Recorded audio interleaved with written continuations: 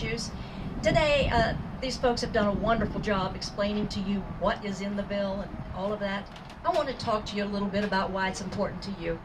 Some of the research that we did indicated that people are so turned off by the dark money, by what we call soft money, the mere money in politics, that we feel as individuals shut out, that we don't have a voice. I mean, think about it. If you're an elected official, and we put them in a bad position by allowing this to continue, because listen, if you had 10 minutes, you got 10 minutes, you got 2 phone calls. One of them is a constituent, somebody that votes for you, but you don't really know them. The other call is a constituent, and they just made sure you had $100,000 for your campaign. Now you got 10 minutes, which call are you going to take? So it may not buy direct votes, but it sure as heck does buy influence and access that other folks don't have. And when we talked to people and went to people door to door across this country, that was a concern for them. It made them feel like, why should I show up? They don't care about me. They just care about the big money. And we've heard people say, well, why do gerrymandering, why do we worry about that now? Why do we worry about redistricting? By the way, gerrymandering just means drawing districts that give advantage to one party or another. So why do we care about it now? We have the census going on and we're about to get the results and it's too late. Well, it's never too late. We need to do it now, for now, but this isn't the last election we're going to have. This isn't the last time we're going to have a census taken. It's not the last time we're going to have to do redistricting. In fact, maybe this is the best time to do it, because if it's past this current process, it'll be ready for the next one, and nobody now will be affected by it, none of the elected officials. So I think that for us as individuals, for us talking about our role in politics, it's critical that we deal with the money issue, that we deal with it now. And frankly, a lot of the elected officials don't like it either. But you've heard them talk about how much it costs to run for office. I mean, running for a local office here in Charleston, if you want to run citywide, you got to raise $20,000. I mean, really? For a door-to-door, talk to your neighbor election? And we heard somebody say, some folks don't want you to vote. That's absolutely right. That is absolutely right. In fact, there are schools that teach how to keep people out of the election process. Because I know, as a registered voter and somebody you have voted for, and always, every election cycle, you have voted, I can go back and look at the records and say, well, you voted primarily Democratic, or you voted primarily Republican, or you've been primarily an independent voter, or you've never voted in a city election. You skipped that one. So all I want to do as a candidate is make sure that my people show up. And if you're going to vote some other way, I don't want you in that race. And I sure as heck don't want people who've never voted before. The people that we kept out of the process for all these years, I don't want them back in there, because I have no idea how they're going to vote. This is a very serious issue. It goes to the heart of democracy. It's all about the consent of the governed. And we are the governed, and we give our consent. And we need this reform, and we need it now. Thank you. Thank you. Oh, he's got his t-shirt. Yay, thank you. Good afternoon, good friends. I'm Natalie Tennant. Thank you for coming out. I'm so glad that you've had something to eat, because as I see some of my friends who've watched me snack a whole day long, you know that I love to eat. You guys just thought I loved talking about voting rights, Sally, but I love to eat. You know, it is the fuel and the food for our body, right? And what's the fuel and food for democracy? Voting rights, right? So it all works hand in hand here. And thank you for taking a little extra time this afternoon. I know it's warm out there. It's because you guys moved the wrong direction. I'm in the shade. I'm feeling good. But this is such an important day, because the work that we've done over the last couple of months, the ups and downs that we've all worked together, it's coming to a close right now. September 13th, they're heading back into session.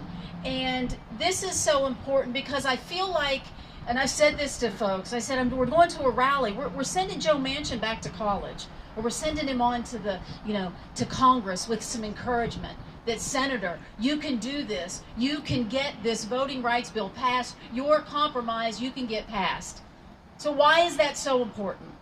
And we know we've been working, and I see a lot of my fellow advocates and activists out here today, and we've had ups and downs, have we not, through the last couple of months? And I was just on a call yesterday, and I think, Katie, it was you who said, you guys are so enthusiastic. Heck yeah, we are, because we're so close. We're going to get this done.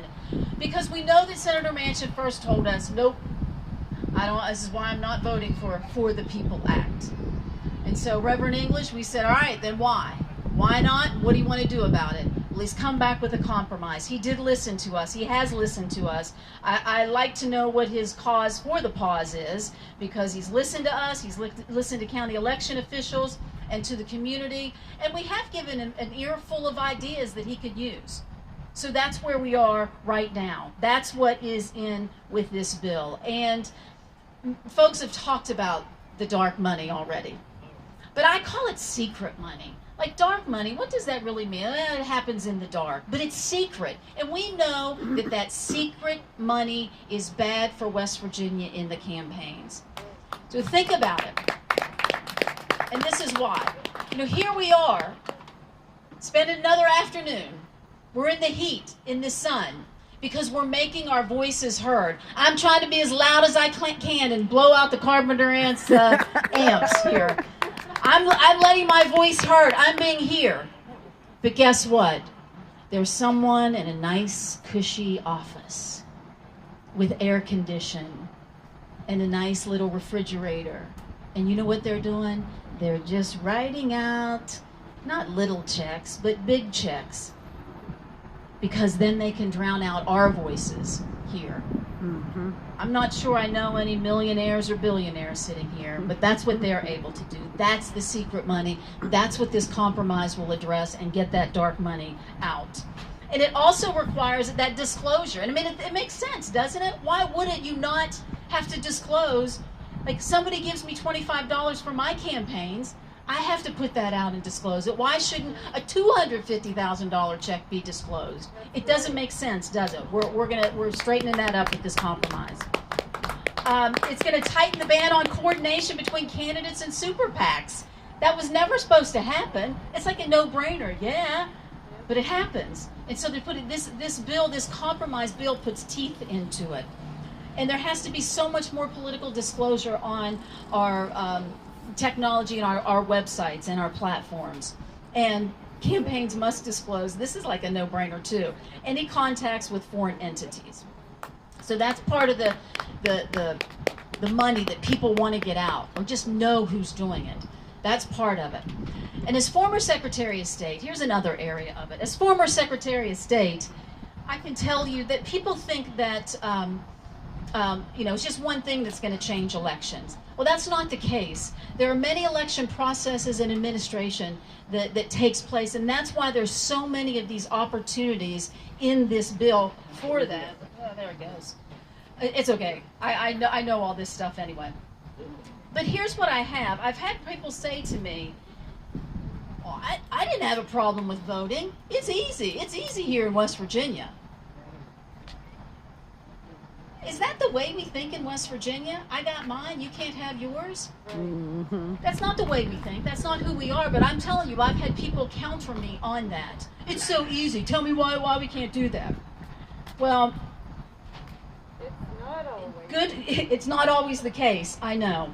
And Sally, I want to tell you why. And here's some of the things that this bill takes care of.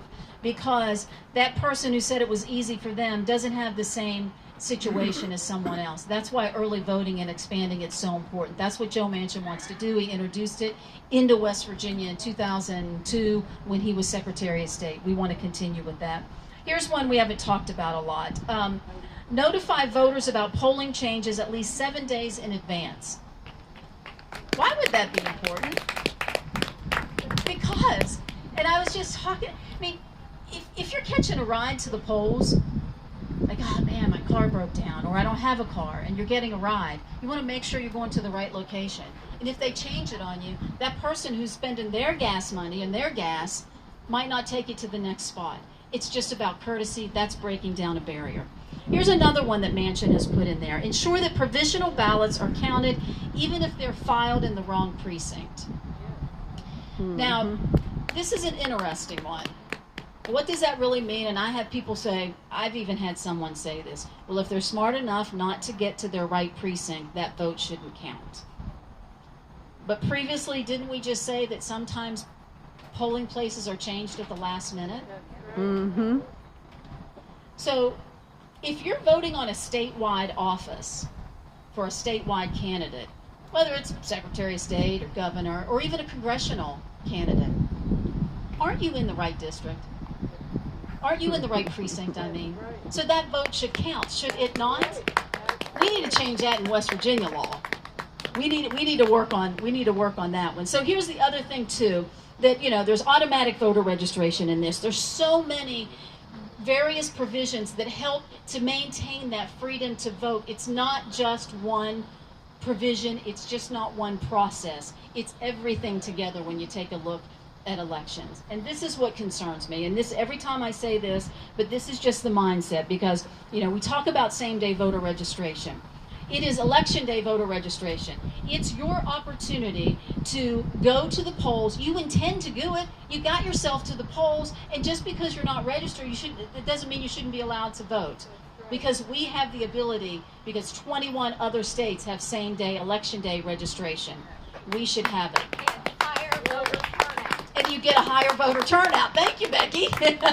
But here's the thing, this is what we're dealing with and fighting against. We had the Putnam County Clerk say on the news, well, if you had same-day voter registration, that wouldn't be fair to the people already registered. So now it's a first come, first serve, or we're going to pit voter against voter.